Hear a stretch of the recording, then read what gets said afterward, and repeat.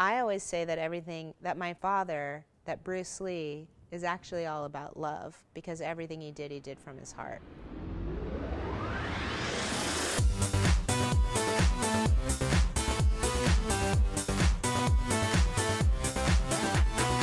There's so many different ways in which I have grown my relationship with my father, even though he's not here. He died when I was 4. So of course I was very young, but the memory that I have of him that is very clear is his presence, what it was like to have his attention and his love and his focus. That feeling has nurtured me throughout my life, even though I only had him for 4 years. It grounded me. It sort of gave me a way of looking at the world. It's powerful. And yes, I mean, my mom always said that the way he was in his films, the way he was in interviews, was the way he was.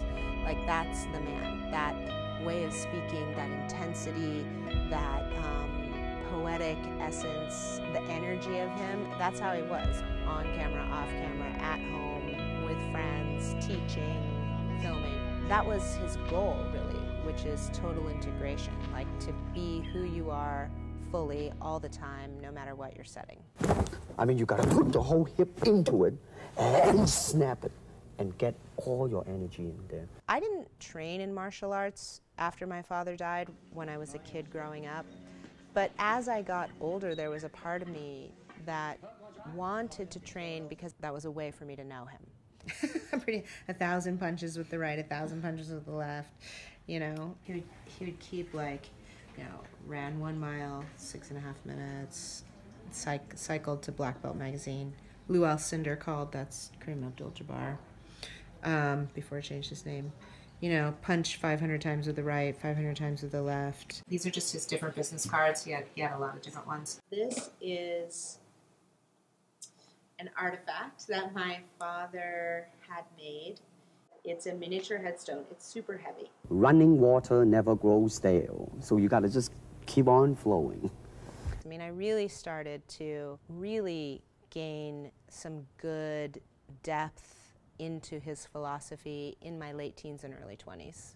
Now that I'm much older, I have that same desire of integration and authenticity in my life. I just want to keep working on who Shannon Lee is and move through the world more authentically and more easily as time goes by. I ultimately feel like my mission is one of service, which is why running these businesses works for me.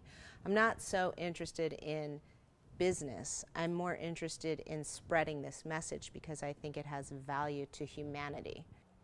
We're a mission-based company. Like, we have a message that we believe in.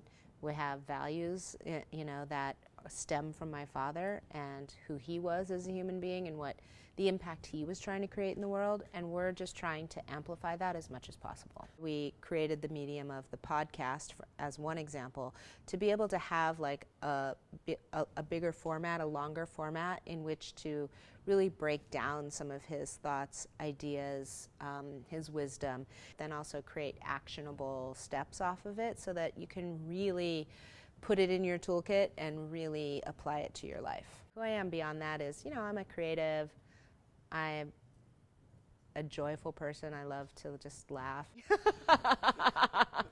I am, right? And be connected with people and read and write. My favorite quote is one that is not as well known. The medicine for my suffering I had within me all along.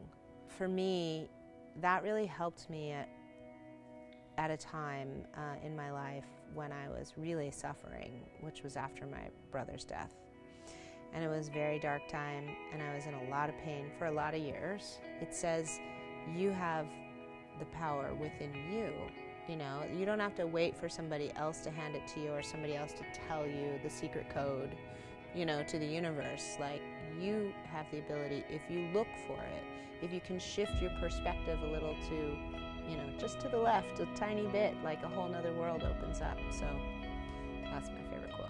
In the United States, I think something about the Oriental, the true Oriental should be shown. Hollywood sure as heck hasn't.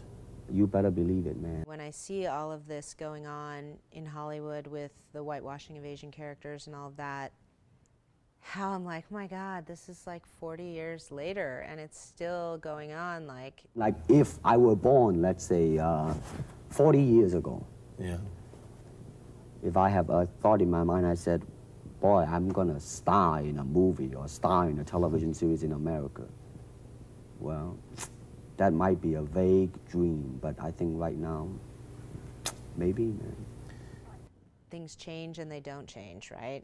There are many people who just want to be, they just want to do their craft, the thing that they love, whether that's acting or what have you, and not have it have to be a thing, you know, like about, you know, and be able to go out for the roles that represent them and be represented in Hollywood, you know, because they exist in real life and they should be represented, you know? I mean, like that we're even having this discussion sometimes. I'm like, why are we even having this discussion? It's so crazy.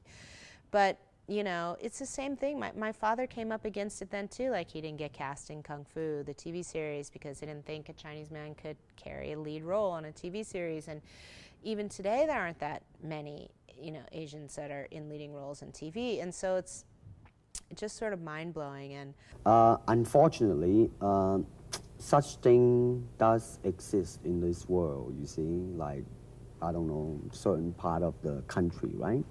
Where, like, they think that business-wise, it's a risk.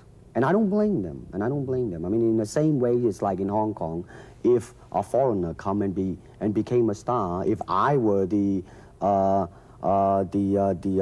man with the money, I probably would have my own worry of whether or not the acceptance would be there.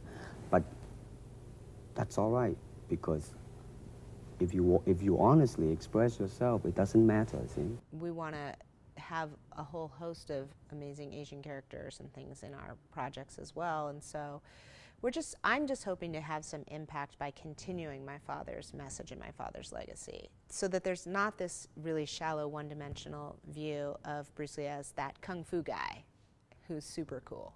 You know what I mean? Like, yes, that is true, but there's so much more, and there's so many struggles that he went through in his life, and so much he had to overcome, and so much strength and inner, you know, confidence and fire that he had to have, and that's really what I want people to see. Under the sky, under the heaven, man, there is but one family. It just so happened, man, that people are different. My father believed in cultivating the individual, but within an ecosystem of man and planet. You know what I mean? And you don't have to push someone else down to raise yourself up. We can all raise up. And I think that's what the message we're trying to get across.